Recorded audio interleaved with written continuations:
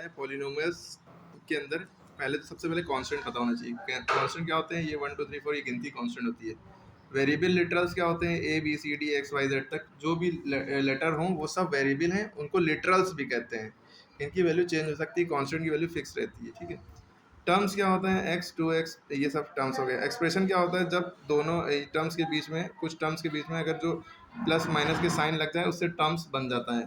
ठीक है, ठीक है, सॉरी एक्सप्रेशन बन जाता है। ठीक है। ऑपरेशन क्या होते हैं? Plus minus divide multiply operation होते हैं। मेन ऑपरेशन ये होता है प्लस माइनस। डिग्री क्या होती है? डिग्री हाईएस्ट पावर को कहते हैं। डिग्री किसे कहते हैं? Highest power. जैसे यहाँ लिखा है एक्स स्क्वायर प्लस 3x की पावर 4 वाई की पावर 5, तो ये यहाँ पावर 2 है, यहाँ पावर 4 है, यहाँ पावर 5 है। ये पूरा क्या है? ये एक्सप्रेशन है। इस एक्सप्रेशन में डिग्री क्या है? मतलब सबसे हाईएस्ट पावर क्या है? सबसे बड़ी 5, तो यहाँ डिग्री क्या होगी? 5। क्लियर होगी? डिग्री का मतलब समझ में आ गया? अब डिग्री के हिसाब से पॉलिनोमियल के टाइप्स होते हैं। एक टर्म्स के हिसाब से होते हैं, नंबर ऑफ टर्म्स के हिसाब से, एक डिग्री के हिसाब से। अगर हम बात करें लीनियर पॉलिनोमियल की, तो इसका एक पहला टाइप है लीनियर पॉलिनोमियल। जिसकी डिग्री 1 होगी वो लीनियर पॉलिनोमियल होगा। डिग्री 1 से मुराद क्या है? डिग्री 1 का होगी जैसे लिखा है x प्लस 5। अब यहाँ देखिए x की पावर कितनी है? कुछ नहीं है। x की पावर कुछ नहीं दिख रही तो 1 है। इसकी डिग्री कितनी हुई? 1। ये पूरा एक एक्सप्रेशन है, इसकी डिग्री 1 हो गई। ठीक है, तो ये लीनियर पॉलिनोमियल है। इसी तरह अगर देखा हमने -8x प्लस 5 अपॉन 2, ठीक है, ये दिया हुआ है। इसकी डिग्री कितनी है? इसकी डिग्री कितनी कही जाएगी? नहीं, ये डिग्री नहीं होती है। नंबर्स डिग्री नहीं होती। जो x की पावर होती है वो डिग्री होती है। x की क्या पावर है? 1। कुछ नहीं है तो 1 है ना। तो ये लीनियर पॉलिनोमियल। अगर किसी की x की पावर 0 हो तो 0 पॉलिनोमियल हो जाता है। ठीक है, लेकिन आप लीनियर पॉलिनोमियल समझ गए। लीनियर पॉलिनोमियल समझ गए। इसके बाद बहुत अहम बात आती है क्वाड्रेटिक पॉलिनोमियल की। किसकी? Quadratic polynomial. पॉलिनोमियल। अब ध्यान देखो, क्वाड्रेटिक पॉलिनोमियल का मतलब होता है कि पावर 2 हो, हाईएस्ट पावर 2 हो। पावर कितनी होगी? 2। हाईएस्ट पावर, सबसे बड़ी पावर, हाईएस्ट पावर, सबसे बड़ी पावर 2 होना चाहिए। जैसे कोई क्वेश्चन लिखिए 3x square plus 4x plus 5। अब देखिए यहाँ x की पावर 0 है, x 5 के साथ, मतलब ये पूरा एक्सप्रेशन, इस पूरे एक्सप्रेशन में हाईएस्ट पावर कितनी है? यहाँ x की पावर 1 है, यहाँ x की पावर 0 है, क्योंकि x की पावर 0 मतलब 1।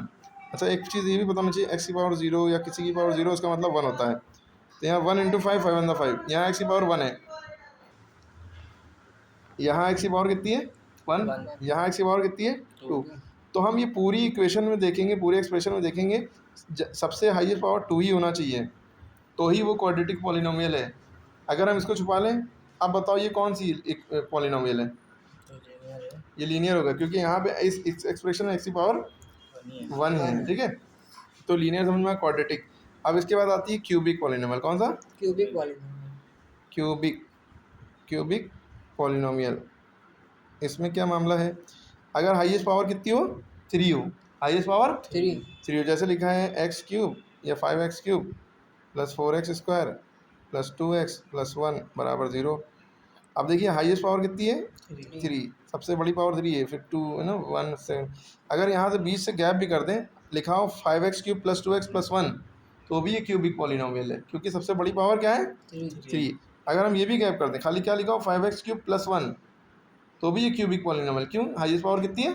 3। लेकिन अगर हमने ये हटा दिया कि इतनी इक्वेशन लिखी है 5 4x स्क्वायर प्लस 2x, ये क्या है? क्वाड्रेटिक। अगर हम इतना लिखा है 2x प्लस 1, खाली लीनियर पॉलिनोमियल। ठीक है, तो अब आपको ये ख़ास चीज़ें समझ में आ गई, इतना ही मेन है। अब ये इन टर्म्स ऑफ डिग्री है, पावर है, पावर के टर्म्स में पॉलिनोमियल के टाइप्स हैं। तो 3 टाइप आपने देखे, होता तो और भी हैं, लीनियर, क्वाड्रेटिक और क्यूबिक। इसके ऊपर पूरा पूरा चैप्टर है। अब देखिए जो पॉलिनोमियल के टाइप्स होते हैं, ये किसके हिसाब से हो गए? डिग्री के हिसाब से। अब पॉलिनोमियल के टाइप्स जो है टर्म्स के हिसाब से। कितने? किसके हिसाब से? टर्म्स के हिसाब से। तो टर्म्स के हिसाब से जो पहला टाइप है वो मोनोमियल है। क्या है? मोनोमियल। इसमें क्या होता है? 1 टर्म होगा। क्या होगा? मोनो माने होता है 1, जिसमें 1 टर्म होगा तो वो क्या कहलाएगा? मोनोमियल। ठीक। अब जैसे लिखा हुआ है, एग्जाम्पल इसका देखिए, जैसे लिखा है 2x, तो ये 1 टर्म है कि 2 टर्म है? ये 1 है।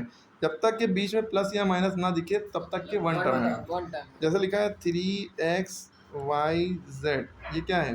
ये भी वन है, ये भी वन टर्म है। वन टाइम क्लियर हो गया? तो ये मोनोमियल है। यस सर जो दूसरा टाइप है वो क्या है? बाइनोमियल। क्या है? बाइनोमियल। इसमें बाई माने होता है टू, जिसमें क्या हो, कितना टर्म होंगे? Two terms. ठीक, टू टर्म्स, दो टर्म होंगे। जैसे लिखा है x प्लस प्लस वाई। अब देखिए एक टर्म ये, एक टर्म ये, दोनों दो टर्म हो गए मिला के। यस सर जैसे क्या 3x प्लस 4, ये कितने टर्म हो गए? दो टर्म। समझ में आ गई बात? यस सर अगर लिखा है 3x प्लस 4y, चलो छोड़ो। अच्छा, अब अगले पे आ जाता है ट्राइनोमियल। क्या? ट्राइनोमियल। इसमें कितने टर्म होंगे? 3 टर्म्स। ठीक है। अब ट्राई माने क्या होता है? तीन। क्या होता है? तीन। ट्राइंगल है ना, तो ये सब सुना ही होगा, यस सर 3 एंगल्स में। ठीक है। अब जैसे लिखा है x plus Y plus Z, तो ये इसमें 3 टर्म है, तो ट्राइनोमियल। अगर यहाँ 2x लिखा है, 2x plus Y plus 4y, 2x plus 4y plus Z, ये भी ट्राइनोमियल है। ठीक है। और z इंटू p लिखा है साथ में। अब ट्राइनोमियल, क्योंकि मल्टीप्लाई से कोई फर्क नहीं पड़ता। जैसे हमारा 2x लिखा है, इसका मतलब 2 और x के बीच में मल्टीप्लाई लिखा है। जैसे 2 into Y into Z into P into Q, ये क्या है? मोनोहीमियल है, क्योंकि बीच में कहीं प्लस नहीं है, सब में मल्टीप्लाई है। यहाँ पे अगर डिवाइड का निशान भी लगा होता, यहाँ पे भी डिवाइड का निशान लगा होता, तो भी कोई फ़र्क नहीं पड़ता, मोनोमियल ही रहता। ठीक है। यस सर क्लियर होगी? मोनोमियल, बाइनोमियल, ट्राइनोमियल सारी।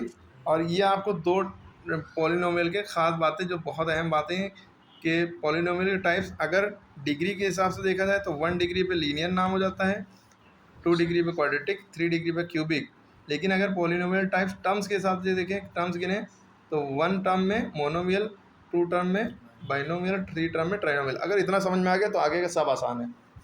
इतना ही लोगों को नहीं समझ में आता है और कंफ्यूज रहते हैं कि क्या पढ़ रहे हैं, क्या कर रहे हैं, सब रटते रहते हैं। ठीक है। ये सारी बातें ध्यान रखिए, और ये जो बातें बताई हैं ये ध्यान रखिए। अगर इतना आ गया तो समझ लिए बहुत कुछ आ गया, पूरा सब कुछ समझ में आ जाएगा इंशाल्लाह। अगर आप बुक में अपनी देखेंगे तो यही सब बातें हैं।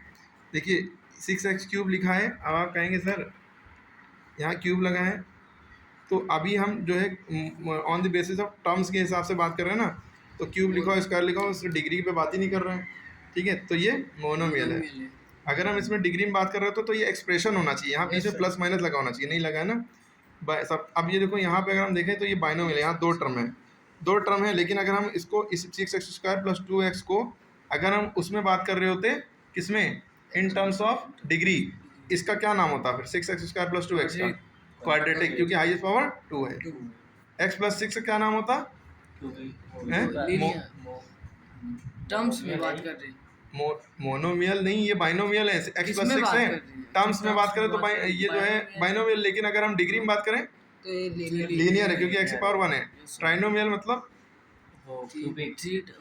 3 टर्म होंगे। यहाँ पावर नहीं देखेंगे, यहाँ हम देखेंगे टर्म देखेंगे। एक टर्म प्लस से टर्म अलग होते हैं। 6x स्क्वायर प्लस 2, 1 2, और ये प्लस 5, 3 टर्म हो गए ना। और अगर वैसे देखते हैं ये क्वाड्रेटिक में है, और वैसे अगर 7x cube plus 8x square plus 7x, ये क्यूबिक में है। लेकिन हम टर्म्स में बात कर रहे हैं ना, 1 टर्म, 2 टर्म, 3 टर्म। ठीक है। तो ट्राइनोमियल, 0 पॉलिनोमियल में सब कुछ 0 होगा। ठीक है। कांस्टेंट पॉलिनोमियल एक भी होता है, इसमें खाली नंबर होते हैं, एक्स वाई जेड कुछ नहीं लगा होता है। 2 है, √3 है, या कोई भी नंबर है। तो 0 पॉलिनोमियल की कोई डिग्री नहीं होती है, ये भी याद रखिएगा। और डिग्री ऑफ कांस्टेंट पॉलिनोमियल 0 होती है। कांस्टेंट पॉलिनोमियल मतलब जैसे 2 है। अच्छा, कांस्टेंट पॉलिनोमियल की एक ख़ास बात आपको और समझा दें, जिसको आपको पता होना चाहिए। जैसे लिखा है 2 लिखा है, तो हम इसको एक्चुअल में लिख सकते हैं 2x की पावर 0। पता है क्यों लिख सकते हैं? क्योंकि x की पावर 0 का मतलब होता है 1। ठीक है। तो 2 1 2, वापस वहीं पे पहुंच गया ना। ठीक है। हर नंबर के साथ 1 मल्टीप्लाई में होता है। ठीक है। और 1 को हम ये लिख सकते हैं x की पावर 0, y की पावर 0, ये सब हम लिख सकते हैं ना। तो किसी की पावर 0 है, उसका मतलब ठीक है।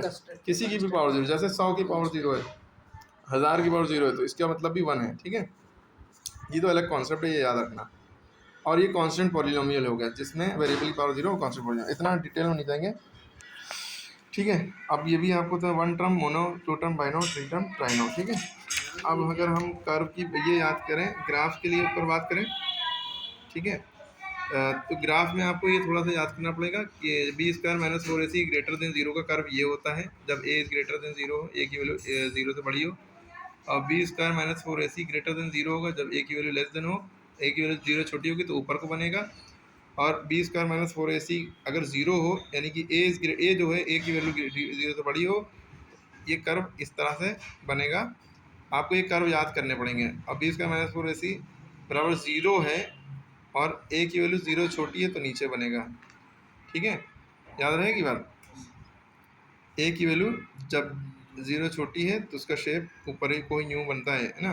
यहाँ पे देखिए ए की वैल्यू जीरो से छोटी थी, यूँ ही बना, लेकिन वह शर्त ये है यहाँ पे ग्रेटर देन जीरो है तो ऊपर से बना, यहाँ पे बराबर जीरो है तो नीचे को बना।